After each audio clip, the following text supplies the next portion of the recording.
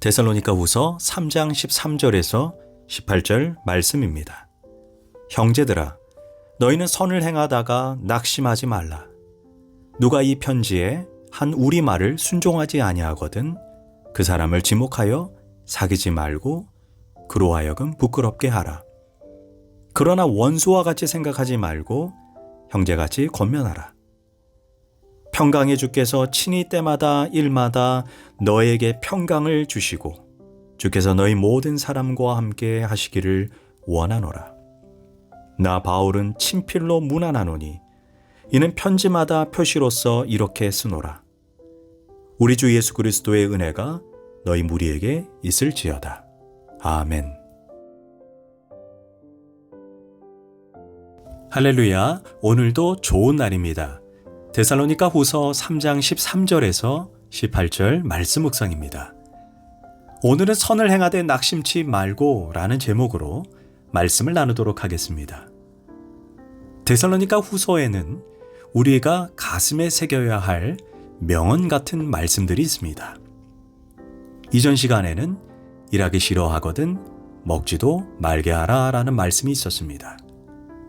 오늘은 13절 말씀에서 이렇게 시작합니다.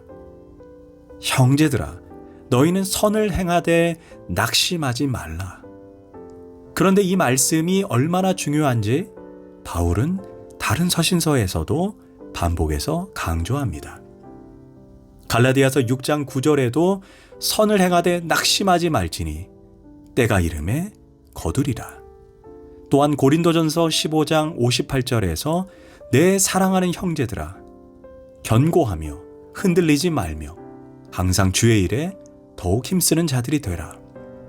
이는 너희 수고가 주 안에서 헛되지 않은 줄 알미니라. 그렇다면 왜 우리가 선을 행하다가 낙심할까요? 처음부터 그 동기가 선이 아니기 때문입니다. 정말로 선을 행한다면 낙심할 까닭이 없습니다. 우리가 하나님 앞에서 선을 행하고 있다면 그거 낙심할 일이 아닙니다. 누구를 위한 일인데 자기가 뭔데 낙심하고 말고 합니까? 묵묵히 자기 일만 하면 되는 것입니다. 우리가 선을 행하되 낙심하지 말아야 할 이유가 있습니다. 무엇보다 선을 행하면 반드시 거두는 날이 있기 때문입니다. 콩 심은 데 콩 나고 팥 심은 데 팥 나는 것입니다. 선을 행하는데 어찌 악을 거두겠습니까? 내가 악을 심었기 때문에 악을 거두는 것입니다. 물론 우리는 선을 행한다고 당장 좋은 열매가 맺히면 얼마나 좋겠습니까? 지금 당장 사람들이 나를 존경해주고 인정해주고 큰 칭찬을 해주면 얼마나 좋겠습니까? 그러나 기억해야 합니다. 당장 내 삶에 열매가 없다 해도 이것을 분명히 알아야 합니다. 어떤 수고든지 선한 일이란 절대로 헛되지 않다라는 것입니다. 잠언에서 의인의 자식이 걸식함을 보지 못했노라 라고 말합니다. 선한 일 하는 사람, 절대로 그 자식이 빌어먹는 법이 없다는 것입니다. 내가 자식을 위해 준비한 돈은 언젠가는 없어집니다. 그 자식도 망치는 수가 있습니다. 그러나 선한 일 한 것은 절대로 헛된 대로 돌아가지 않습니다. 예수님도 얼마나 답답하셨으면 이런 비유를 들었습니다. 냉수 한 그릇이라도 이렇게 말씀하셨습니다. 무슨 굉장한 것도 아닙니다. 냉수 한 그릇이라도 내 이름으로 주면 결단코 상을 잃지 아니하리라 했습니다. 그래서 선한 일을 할 때 낙심하지 말아야 합니다. 그런데 여기서 생각해 볼 것이 있습니다. 바로 때에 대한 문제입니다. 성경은 분명히 말합니다. 때가 되면 거두리라. 때라고 하면 하나님께서 정하신 때입니다. 그것은 농사의 이치와도 같습니다. 부지런히 씨를 뿌리고 거름을 주고 물을 주며 김을 맵니다. 여기까지 우리가 해야 할 일입니다. 그런데 결국 자라게 하시고 거두게 하시는 분이 하나님이십니다. 이런 분이 있습니다. 반드시 내 때에 내가 대가를 보리라. 그러면서 죽기 전이라도 이루어지는 걸 꼭 봐야지라고 말합니다. 그런데 우리가 못 보고 죽으면 안 되는 것입니까? 아니, 죽은 다음에라도 이루어지면 되는 거지. 안 그렇습니까? 그런데 내 눈으로 확인하고 싶은 것입니다. 같은 갑이면 내가 살아있을 때 자식이 잘 되는 거 보고 싶은 것입니다. 그런데 이런 대가성 집착, 이런 태도가 결국 선을 행하다가 자꾸 낙심하게 만드는 요인입니다. 우리는 어떤 일을 하든지 이 땅에서 대가를 받는 자들이 아닙니다. 우리는 영원하신 하나님의 심판대 앞에서 계소하는 자라는 것을 잊지 말아야 합니다. 그때 받는 상이 진짜 상입니다. 이제 바울은 인간관계에서도 선을 행하되 낙심하지 말 것을 말해줍니다. 14절에 누가 이 편지에서 한 우리 말에 순종하지 아니하거든, 이렇게 말합니다. 우리가 교회 생활을 하다 보면 목사로서, 리더로서 모든 사람이 다 내게 순종하는 것은 아닙니다. 어떤 사람은 아주 고의적으로 순종하지 않습니다. 그럴 때 속이 상합니다. 우리는 그 영혼을 위해 충고하고 위로하고 바른 길로 인도하려고 애를 씁니다. 선한 일입니다. 그러나 권면하고 설득하지만 결국 마지막에 낙심하게 만드는 사람이 있습니다. 아이고 에라 모르겠다, 이렇게 되는 것입니다.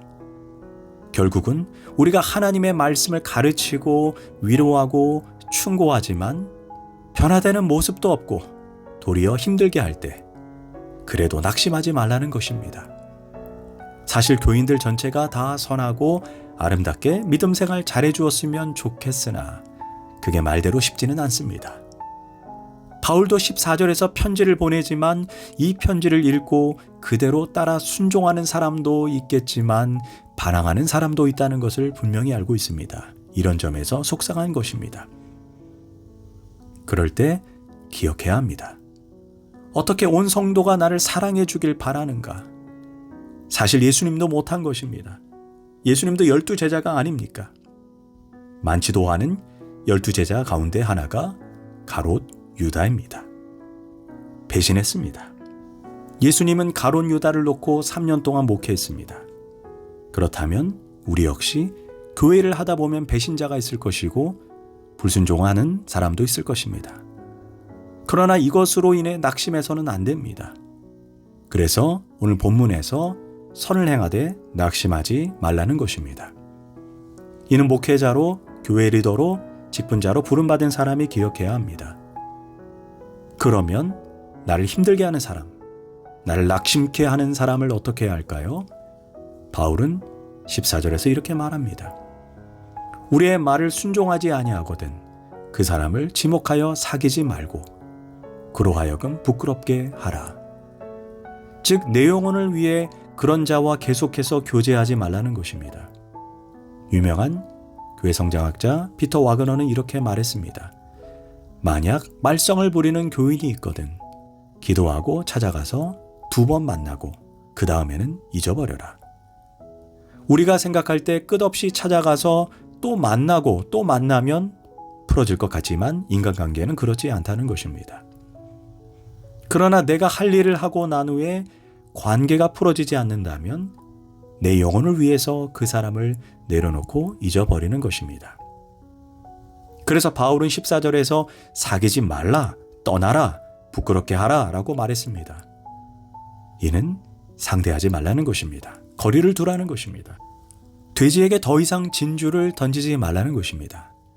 상대방이 잘못된 것을 뻔히 알면서 그 잘못을 덮어가면서 관계 해결을 위해 그 사람을 찾아가면 나중에 꼭 이런 소리를 듣게 됩니다. 목사님이 나한테 와서 그 사람이 나에게 찾아와서 잘못을 인정하고 굽신굽신거렸다라고 말합니다. 그때 그 사람은 점점 교만해지고 회개할 길에서 멀어지게 됩니다. 잘못된 것은 잘못된 것이라고 말해야지. 잘못되지 않은 것처럼 말해서 권면하면 잘못된 것입니다. 그것은 사랑이 아닙니다. 우리가 아이들을 키우다 보면 때때로 무엇인가 잘못된 모습을 봅니다. 그래서 아이의 잘못을 충고합니다. 그런데 아이는 자신이 잘못하고는 어른이 충고했다고 속상해하고 삐집니다. 그때 부모가 마음이 약해져서 아이를 붙잡고 위로하려고 합니다. 그래서는 안 됩니다. 그건 위로할 성격이 아닙니다. 내버려 둬야 합니다. 스스로 깨닫고 돌아올 때까지 내버려 둬야 합니다. 자꾸 찾아가서 돌아보고 위로하다 보면 스스로 교만해지고 나중에는 자기 행동을 정당화합니다. 똑같은 이치입니다. 그래서 이제 바울은 15절에서 이렇게 말합니다. 기다려주되 그러나 원수와 같이 생각하지 말고 형제같이 하라 라고 말합니다. 물론 사랑하는 마음, 형제로 대하는 마음은 조금도 변함이 없습니다. 그러나 내가 할 도리를 했다면 그 다음에는 더 이상 낙심치 말고 하나님의 손에 맡겨야 합니다. 이것이 바른 교회 생활이라고 바울이 우리에게 말해줍니다. 기도하겠습니다. 하나님, 교회 생활 가운데 인간관계 가운데 선을 행하되 낙심하지 말고 지혜롭게 주님이 주시는 분별력으로 행하게 하소서. 예수님의 이름으로 기도합니다. 아멘.